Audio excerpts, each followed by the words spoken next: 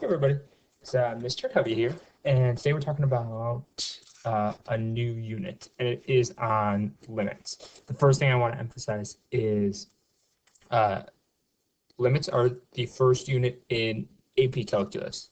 They are extremely important in AP Calculus. They're the foundation of calculus. So I really want you guys to, for these last few weeks, be really engaged with this content because it's extremely important for next year. It's the most important thing that you know for next year. Okay. All right.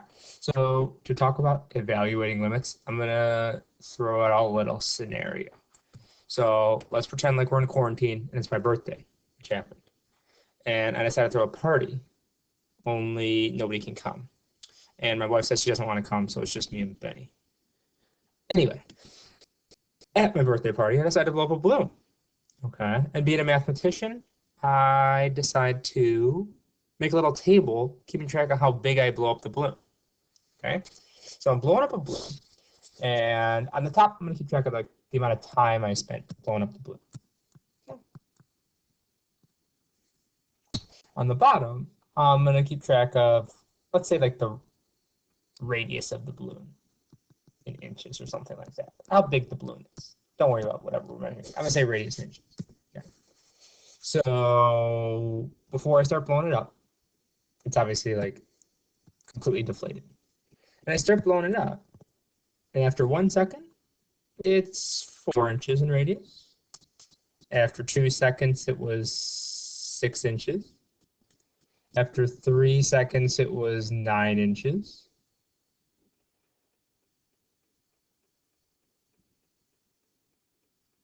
And sorry, I'm going to add 2 more to write all over my face. That's right. After 4 seconds, it was 11 inches. And then after 5 seconds, I was blowing up. It got so big, it just popped. Okay. I really want to try and answer this question: how big did the balloon get? What I really want to emphasize is that answering the second question is not going to answer the first one. So if you want to answer how big did the balloon get, you can't say how big was the balloon after 5 seconds, because after 5 seconds, it exploded. It wasn't there. It doesn't exist after 5 seconds. So if you want to think about how big the balloon get, looking at 5 seconds is not the way to do it. Okay? Looking at 4 seconds isn't the way to do it, because if you said the balloon only got to be 11 inches, you're forgetting that it kept getting bigger and bigger and bigger until it popped, and it didn't pop until exactly 5 seconds. So if you want to answer how big did the balloon get, you really want to know how big it got when. You want to know like really close to 5, 4.9 seconds. And that might give you a good idea. But if you wanted to get like even more accurate, maybe you'd look at like 4.99 seconds and see how big the balloon was. If you want to get even more accurate, you'd look at like 4.9999999 seconds and see how big the balloon was then to give you an idea of how big the balloon gets. But you'd never, ever, ever look at how big the balloon was at 5 seconds. If you looked exactly at 5 seconds, it popped. Okay? So the idea of looking at what happens to one value as another value gets very, very close to a number, but is not that number, is called a limit. Okay? You with me? That's the idea. Okay. So if you think about this balloon example, we get 2 different ideas here. And one of them is thinking about the function value, and one of them is thinking about this idea of a limit. And the notation, the way you write these, is different, and it's very important. So let's go back up to the balloon example, and for my sad, sad birthday party. And let's think about the radius as being a function r of t and time being c.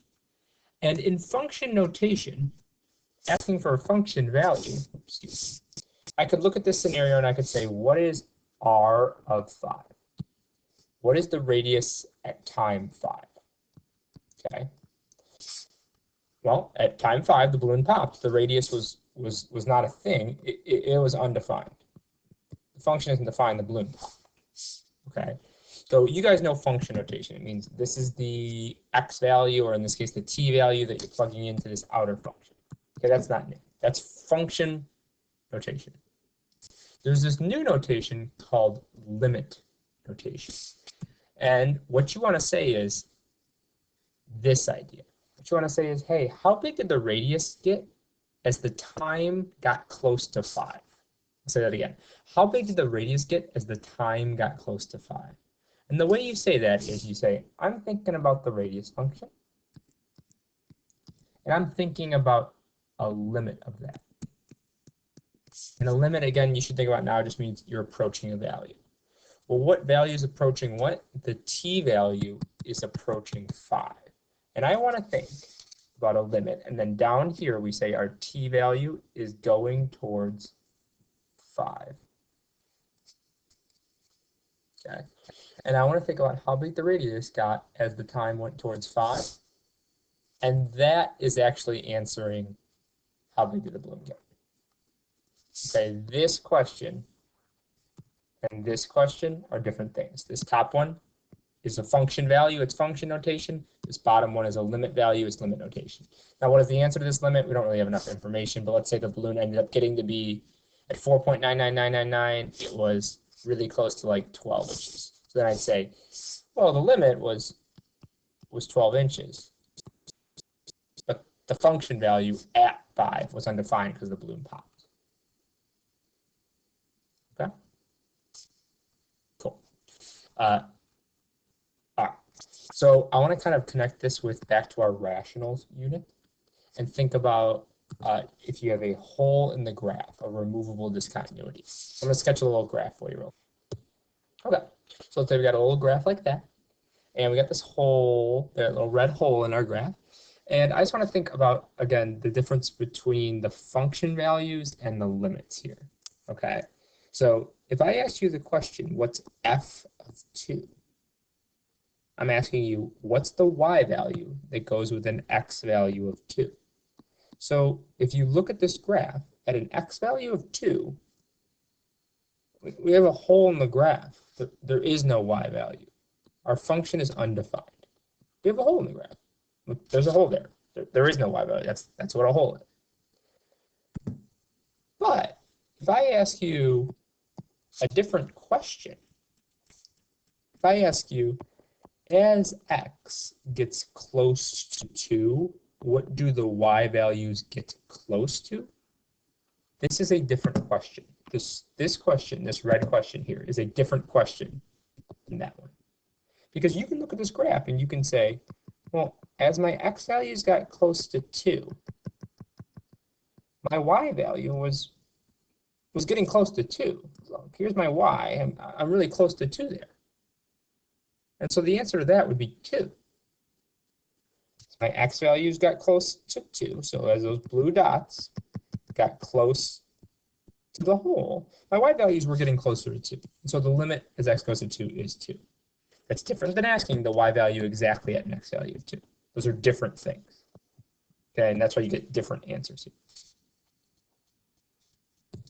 One final thing that I need to emphasize is the idea that if you're thinking about a limit, and I didn't do this in the balloon problem, balloon example, but in general, when you're thinking about a limit, you need to approach that x value from both sides.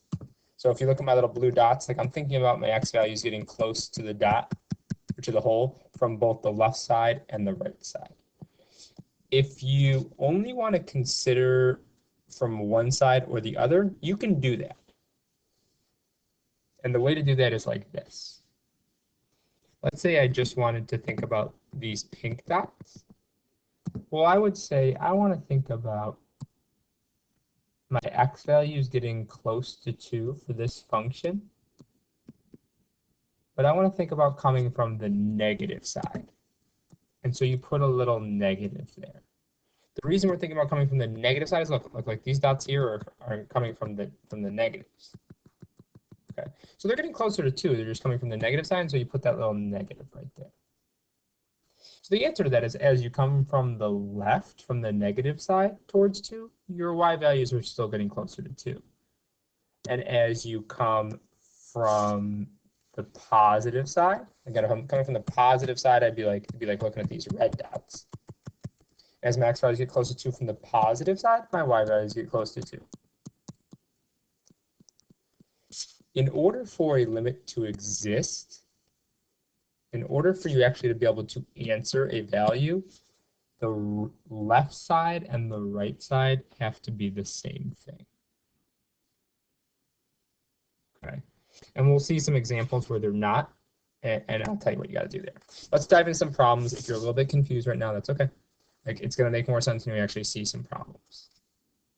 Okay, all right, so here's a graph. We're going to answer some questions about this graph. Okay. The big thing I want us to focus on is the difference between question 1 and question 2. Question 1 is saying, as your x values get close to 1, what do your y values get close to? Well, I'm going to get my x values, and I'm going to come close to 1 from the right. I'm going to get my x values, and I'm going to come close to 1 from the left. And what are my y values getting close to in both cases? The y's are getting close to 1.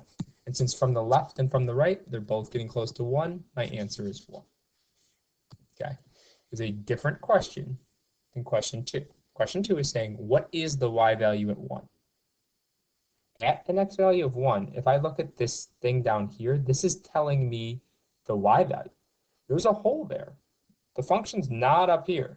There's a hole there. They filled in the hole. They filled in the hole in the wrong place, kind of. That happens all the time. Calculus. The hole is filled in at -1. So the y value at 1 is -1 because they filled in the hole at -1. But if you look at the green and the red, as you get close to 1, you're actually getting close to a y value of 1. So those two things are different. Okay? Again, go back to me and my birthday party. Asking how big the balloon was at 5 seconds is a different question than asking how big did the balloon get as the time got close to 5 seconds. Those are different questions. It got close to 12 inches. But at 5 seconds, it exploded. It wasn't even there. So those are different questions. Okay? See another one. You'll get a hang of it. Okay? As x goes towards -2, what do my y values get close to? Well, let's go towards -2. An x value of -2 is right there. Let's go towards it from the right. Let's go towards it from the left. What are my y values getting close to in both cases? Getting close to -1. Okay. What is the actual y value at -2? Oh, it's just -1. So in this case, our function value and our limit are the same. Okay, and that happens all the time. In fact, that happens the majority of the time. There's nothing weird going on in the graph here. If you look at that chunk of the graph, that looks completely normal. The function value and the limit are exactly the same thing. It's only when weird stuff's going on, like your balloon explodes, or there's a hole in the graph, that the difference between the limit and the function actually matter. I'll say that again. It's only when weird stuff is going on in the graph that the difference between this idea of a limit and the function value are actually different things. Normally, if you have a normal, smooth, nice graph, like the yellow circle there, at -2, those things mean the same thing. What are you getting close to and what are you at? Those mean the same thing. It's only when something weird is going on that those are different. Okay. What happens as I get close to 5? An x value of 5? Well, from the left, I'm getting close to 3. From the right, I'm getting close to a y value of 3. So the limit is 3. Exactly at 5, though, where is the dot filled in? Well, the dot's filled in at 5. So the function value is 5, but the limit is 3. Okay.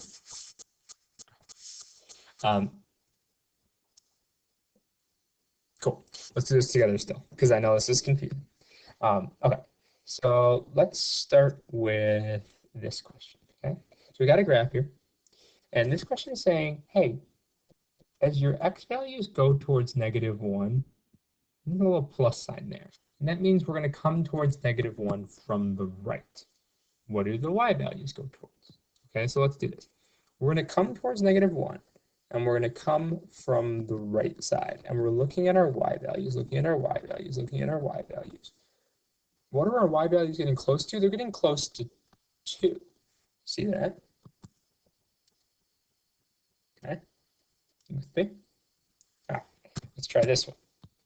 As x gets close to +1 from the left side, what do the y values get close to? Okay, so let's get our x values close to 1, but let's come from the left side and approaching it from the negative side, from the left side. What are our y values getting close to? They're getting close to 2. Okay, let's try a few more of these. As x goes towards -3, what do our y values get close to? Notice there's no plus or minus there. That means we need to look at the plus and the minus and make sure they're the same. Okay, so as I go towards -3 from the right, I'm getting close to 3. As I go towards -3 from the left, I'm getting close to 3. So my limit overall is 3. What happens as x goes towards 3? As x goes towards 3 from the left, I'm getting close to -2. From the right, I'm getting close to -2. So overall, my limit is -2. Let's try this one. As x goes towards 1, from the left, from the right, they're both going towards 2. As x goes towards 0, from the left and from the right, they're both going towards 3. I want to add a couple questions here that are going to be important. So we already answered as x goes towards -1 from the left. From the right, we're getting close to 2. Now I want to look at as x goes towards -1 from the negative side. So as our x values get closer to -1 from the negative side, we're getting closer to a y value of 1. And if you look at the graph, we have something weird going on at -1 that we haven't really seen before.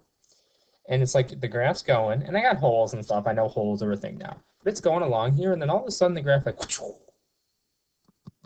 flies all the way up there, jumps up there.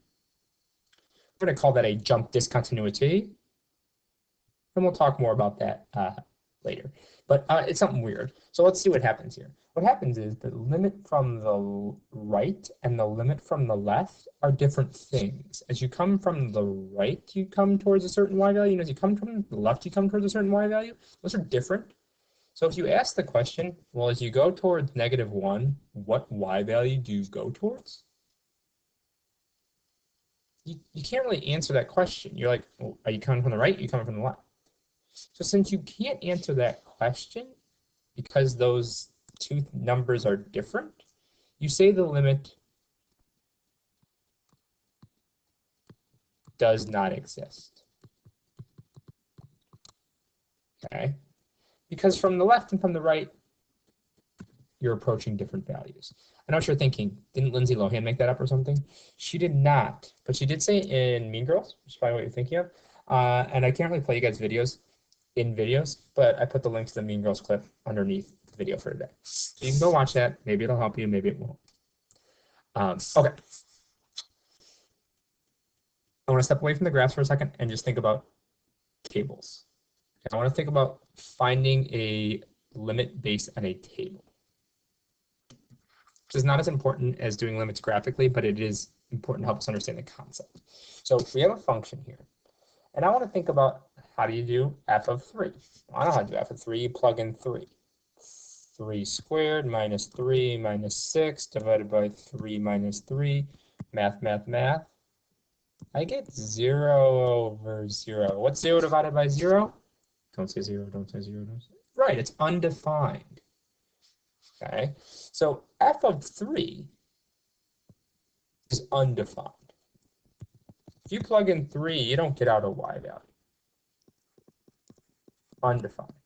Don't say no solution, it's called undefined.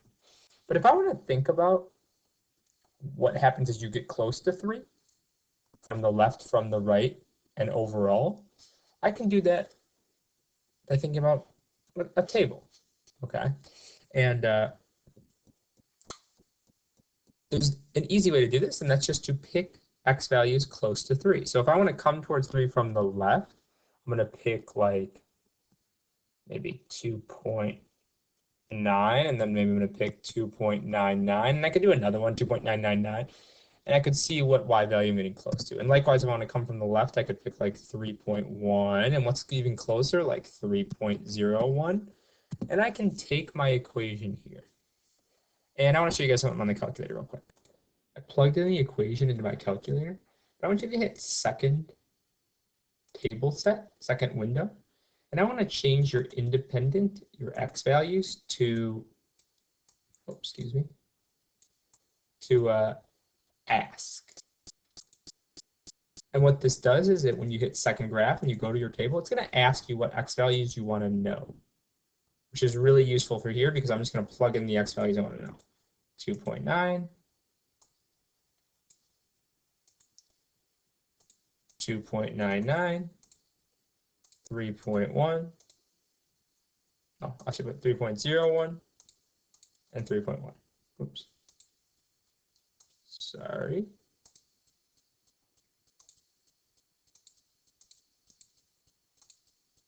Let's copy these down into our table real quick.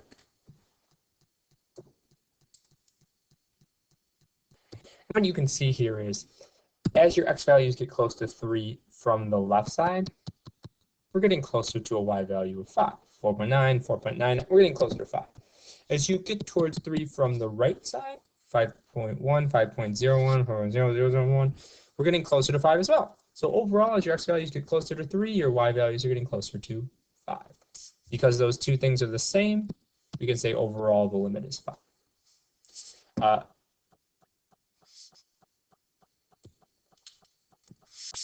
Let's tackle this one together.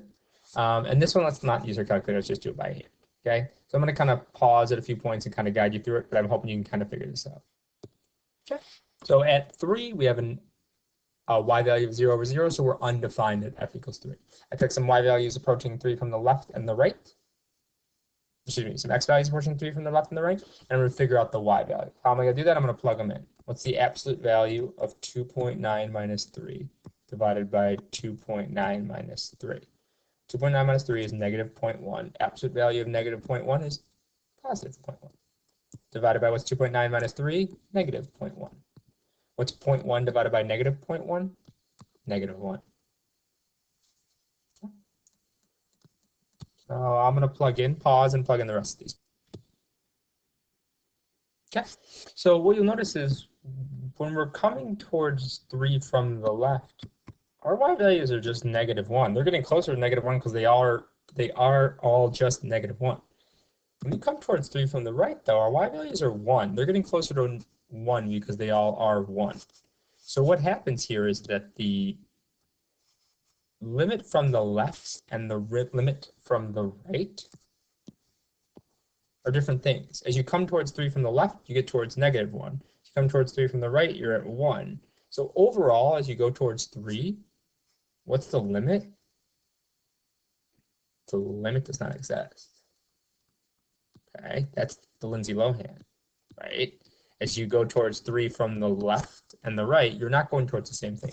Graphically, we'd have a situation like this. We'd have a big jump in the graph. Okay? And that's when your limit does not exist. Okay.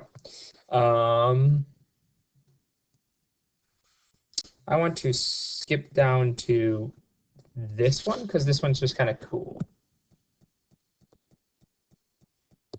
Okay, this is just a cool example that I want to do with you. So I want to think about as x goes towards 0, what happens to this function? And I'm going to do this with the table. Okay, so first I'm going to just plug in 0. Well, I get 1 plus 0 to the 1 divided by 0. 1 divided by 0 is undefined. What's 1 to the undefined? It's undefined. Okay, so at x equals 0, my function's undefined. But I want to know what happens when I get close to 0. I don't really care what happens at 0. I want to know what happens when I get close to 0. So I'm going to pick some x values. These are the ones I picked.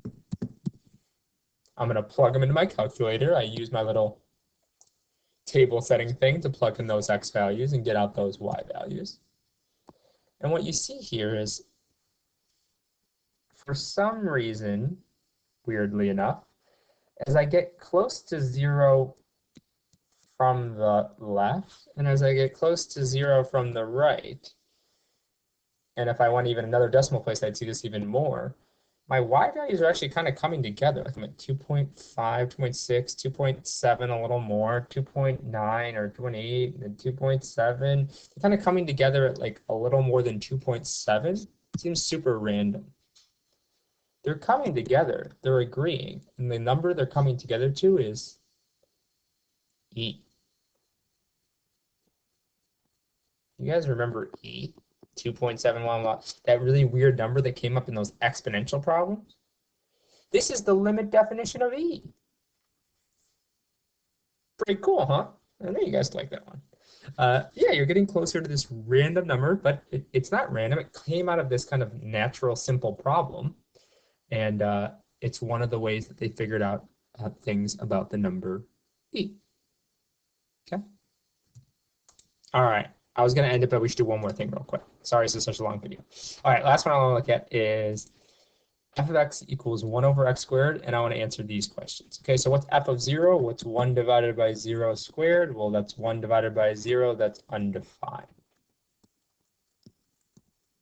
Okay, so at an x value of 0, my function's undefined. Let's think about what happens as I get close to 0, though. So I'm going to pick x values on either side, the left side and the right side, that are getting close to 0. Okay.